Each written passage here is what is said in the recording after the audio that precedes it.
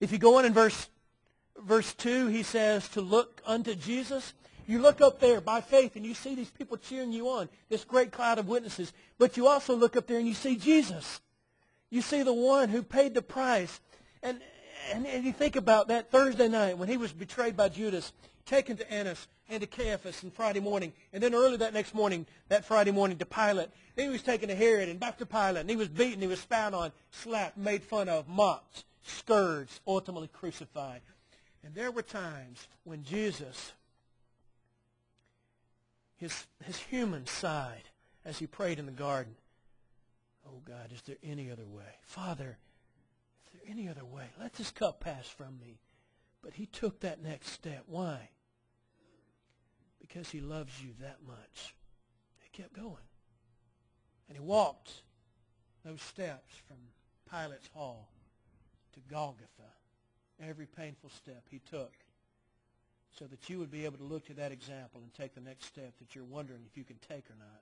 You see, Jesus, we can see him by faith. And that image of running that race, and your knees are hurting, your back's aching, and your lungs are screaming. And you wonder, is there any way that I can make it to the finish line? And you look over there on the other side, and you see Jesus' arms outstretched with nail-scarred hands and a thorn in his brow. And you take another step, and you keep going. The latter part of verse 2, he says, for the joy that was set before him. I'm going to close with this. You look up, not only the great cloud of witnesses, not only Jesus himself, but you look up there and you see the joys of heaven waiting for you. See the joys of heaven. Sometimes we sing that song, heaven will surely be worth it all. Heaven will surely be worth it all, whatever those sacrifices are. Heaven will make all those things seem like but distant memories. When I was preaching in Jasper, working with a church there several years ago, I was on my way into the office. One day, and I stopped to get some gas at a service station there just outside Jasper. I pumped the gas and went inside, and I put my credit card down on the counter, gave it to the clerk, and she was ringing me up. And I started thinking about something. I don't know, looked away or whatever, but I didn't realize that she had swiped it and she had my receipt out there ready for me to sign. And I didn't know how long she'd been waiting on me. I just happened to look back and there it was. So I just, kind of thoughtlessly said, oh, I'm sorry, I was in another world. And started to sign it. But she got a serious look on her face. And this is what she said. I said, I was in another world. And she said, I hope it was better than this one.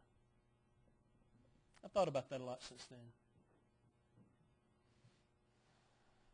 There is a world that's better than this one. You know? There's a world that's a lot better than this one. In fact, the world as it is right now isn't the way that God created it. God created it much different than it is now, much differently. It was a perfect world, and it's been scarred by sin. And God, one of these days, is going to destroy the one we see now, and he's going to give us a new heaven and a new earth, and one that won't have all the things that this one has. One that's going to be cancer-free. One where arteries don't get clogged up. Where vertebrae don't slip and start rubbing against one another.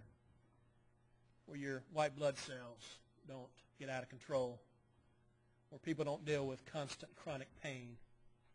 Where marriages don't break up. Where people don't make bad choices. You see, there is a world that's better than this one. And some of you tonight may be contemplating, should I become a Christian? Or should I not? What Jesus beckons you to do is to make the choice to walk with him while you've got the time. The plan is simple. It's not always an easy life, mind you. But becoming a Christian is simple. You accept him for who he said he was. Believe it with all of your heart. He said in John 8:24 to believe that he is. He simply is. That I am he said. Who? God's Son. God incarnate, God in human form. If you believe that strongly enough, there will not be an obstacle that can keep you from being saved.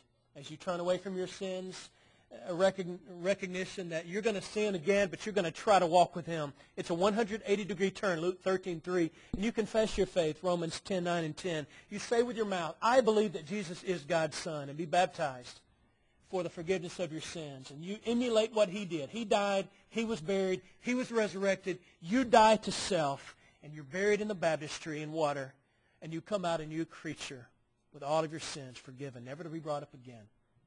You see, there's some obstacles in your life. There always will be. Don't let those obstacles keep you from doing what you know you ought to do.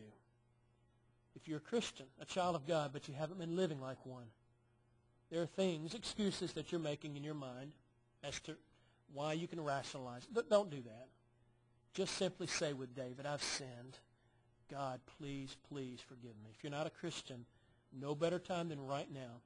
If you're not faithful, there's no better time than right now to make things right. Won't you come? Let's stand and sing this song.